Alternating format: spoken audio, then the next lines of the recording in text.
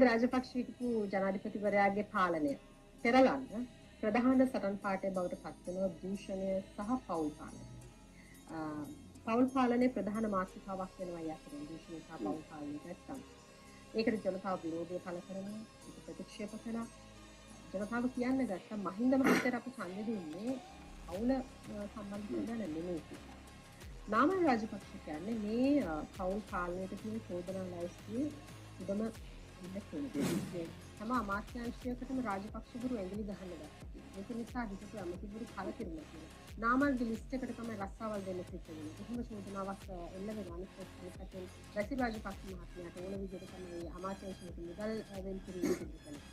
යම් අවස්ථාවකදී මෛත්‍රීපාල සිරිසේන ජනාධිපතිවරයා පිටු ඇමතිවරයා විදිහට අමාත්‍යවරයෙක් විදිහට එතුමාත් ප්‍රශ්න කරනවා මම කලකිරීමකට පත් වුණා මගේ අමාත්‍යාංශයට අවශ්‍ය කරන දෙයක් මේවා නිකම්ම කියන කතාවක්.